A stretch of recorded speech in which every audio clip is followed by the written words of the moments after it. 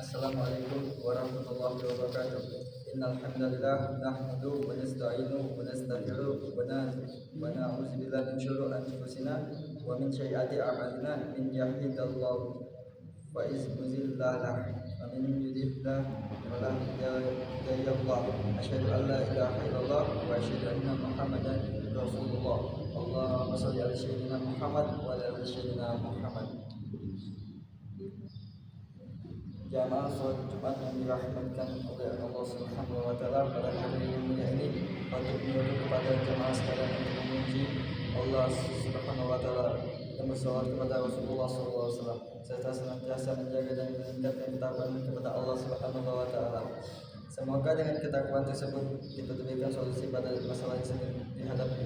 Dengan ketakwaan, semoga kita juga dilimpahkan rezeki yang tidak kita sangka-sangka, sebagaimana Allah berfirman dalam Al-Quran surat At-Talaq ayat 2 dan 3. Siapapun yang bertakwa kepada Allah, niscaya dia akan mengadakan baginya jalan keluar dan memberinya rezeki dari arah yang tiada sangka-sangka. Quran surat At-Talaq ayat 2 sampai ayat 3. Jamaah sholat Jumat yang dirahmatkan Allah, dalam menjalani kehidupan di dunia kita mendapatkan berbagai macam ujian dan rintangan. Salah satunya adalah diturunkannya rasa sakit oleh Allah kepada para hamba-hamba. Ketika rasa sakit datang, tidak jarang manusia berkeluh rasa kesakitan dan tidak nyaman dengan kondisi yang dialaminya. Maka terkadang rasa sakit yang sebentar terasa lama dengan kepedihan dan kemeriahan yang sedang dialami. Dengan rasa sakit yang tiada, mungkin tidak semuanya dapat menahan rasa sabar ketika menerima cobaan dan ujian seperti ini. Di antara mereka ada yang putus asa hingga tidak mau berobat. Di antara mereka ada yang sudah berusaha berobat hingga putus asa, kemana lagi harus mencari kesembuhan. Bahkan mungkin saja ada yang memutuskan menemui ajalnya dengan cara bunuh diri sebab rasa sakit yang dialaminya. Nauzubillah min dzalik. Jamaah sholat Jumat yang dirahmati Allah Subhanahu wa Ta'ala, ada suatu anjuran dari Rasulullah SAW kepada kita untuk bersabar ketika ditimpa rasa sakit. Kesabaran yang kita hadirkan ketika sakit melanda kita akan berbuah pahala di sisi Allah. Hal ini pernah disampaikan dalam sebuah hadis.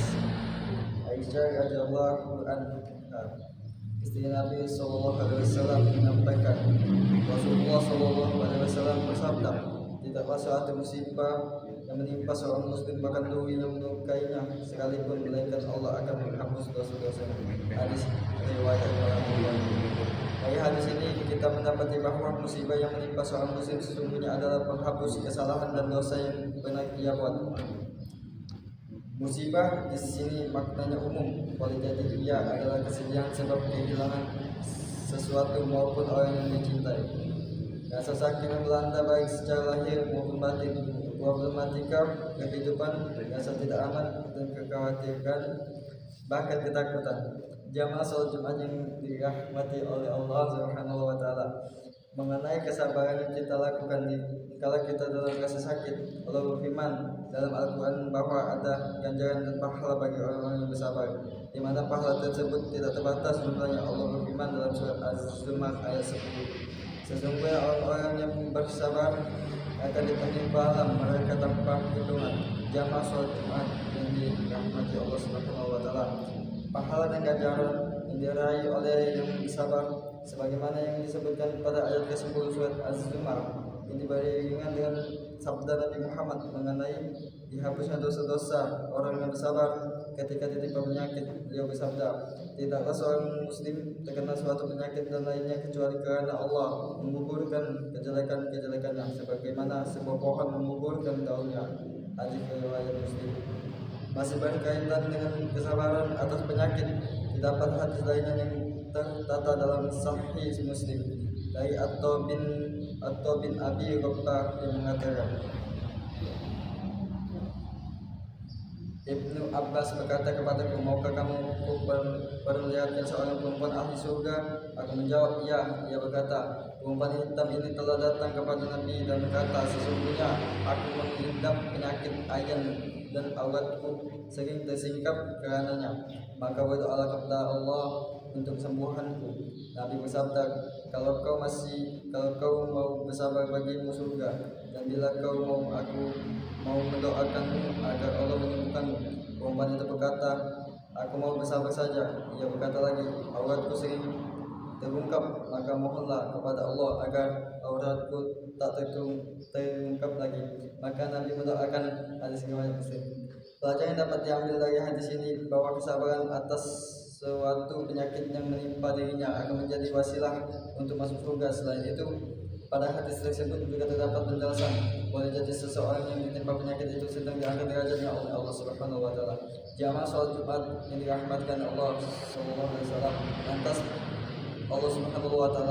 Lantas bagaimana cara kita mempraktikkan rasa sabar ketika ditimpa penyakit? Pertama, kita dapat berbaik sangka kepada Allah bahwa apa yang menimpa kita merupakan suratan takdir ilahi, dan boleh jadi rasa sakit adalah wasilah supaya kita diangkat derajat dan martabatnya di sisi Allah Ta'ala dengan dihapuskannya dosa-dosa. Demikianlah penjelasan mengenai keutamaan bersabar ketika ditimpa rasa sakit sebagaimana yang dianjurkan oleh Nabi Muhammad SAW. Semoga kita dapat melanda kiranya dengan kesabaran tersebut Allah senantiasa mengampuni dosa-dosa kita.